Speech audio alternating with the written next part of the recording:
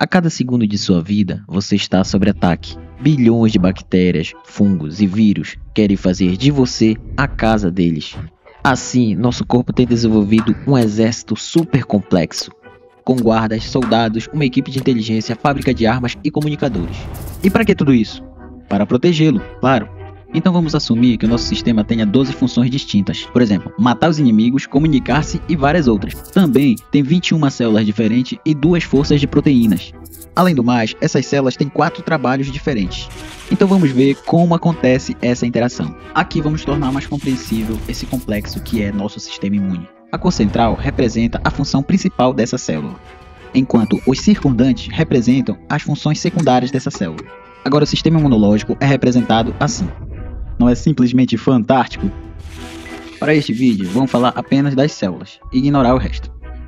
Então, o que acontece no caso de uma infecção?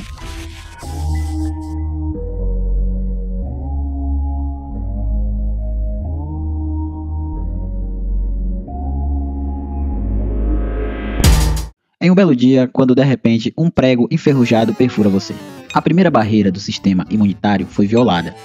Qual? A pele. Bactérias vizinhas aproveitam a oportunidade e entram no ferimento. Elas aproveitam o recurso do corpo e começam a dobrar seus números a cada 20 minutos.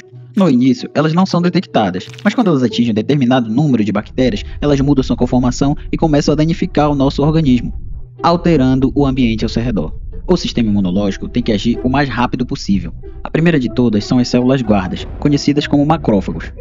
Elas são células enormes e guardam cada região de fronteira do corpo.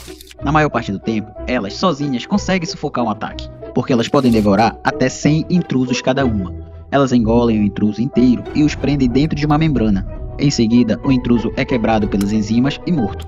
Em cima disso que é causado a inflamação. E como isso acontece? Na verdade, elas obrigam os vasos sanguíneos a liberar água nesse meio extracelular, para tornar esse ambiente de combate mais fácil. Por outro lado, quando os macrófagos lutam por muito tempo, eles chamam o reforço pesado, através da liberação de proteínas mensageiras para avisá-los.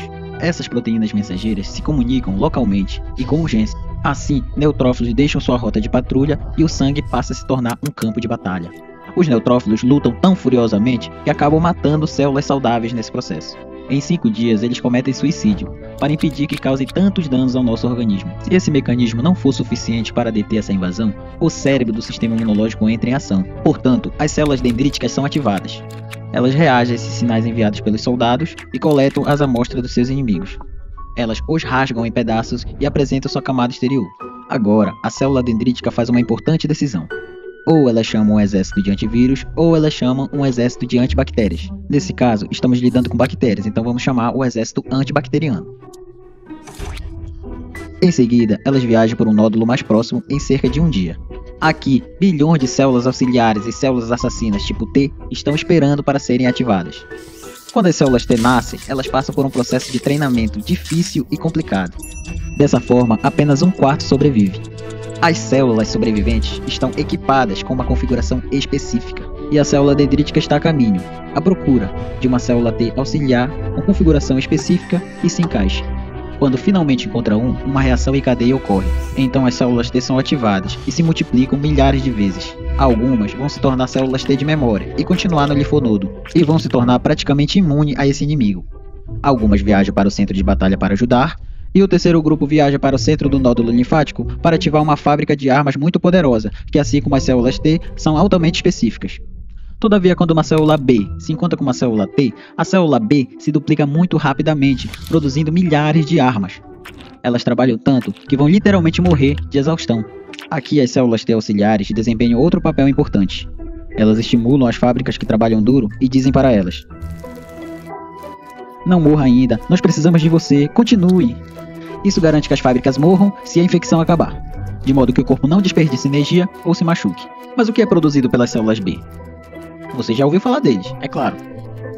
Os anticorpos, pequenas proteínas que são projetadas para se ligar à superfície específica do intruso. Existem vários tipos de anticorpos com funções um pouco diferentes. As células T auxiliares dizem quais são as células plasmáticas mais necessárias nessa invasão em particular.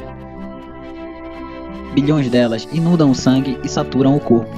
Enquanto isso, no local da infecção, a coisa está ficando terrível. Os invasores estão se multiplicando em número, causando danos ao tecido. Os guardas e as células de ataque lutam muito, mas também morreram no processo. Células T auxiliares os ordenam a serem mais agressivos e permanecerem vivos por mais tempo, mas sem ajuda, elas não podem destruir as bactérias. Mas agora, a segunda linha de defesa chega. Milhões de anticorpos inundam o campo de batalha e desativam muitos intrusos, tornando-os impotentes ou matando no processo. Eles também atordoam as bactérias, tornando elas um alvo fácil. Suas costas foram feitas para se ligassem em bactérias assassinas. Quando acontece essa ligação, automaticamente essas bactérias morrem. Macrófagos são especialmente bons em observar quando as bactérias estão ligadas aos anticorpos. Agora a mesa virou. Em um esforço em equipe, a infecção foi exterminada. Nesse ponto, milhões de células do corpo já morreram. Nada demais. As perdas são rapidamente reabastecidas. Agora, a maioria das células do sistema imunológico são inúteis. E sem os sinais constantes, elas cometem suicídio, de modo a não perder recurso. Mas algumas células ficam para trás. Essas são as células de memória. E se o inimigo for encontrado novamente no futuro, elas estão prontas para ele. E provavelmente matá-lo antes de você perceber. Essa foi uma explicação bem simplificada de como o sistema imunológico trabalha. Você pode imaginar o quão complexo o sistema imunológico é? Mesmo quando ignoramos diversos elementos e todas as químicas. A vida é muito complicada. Mas se dedicarmos tempo a entender, nós encontraremos maravilhas sem fim e grande beleza.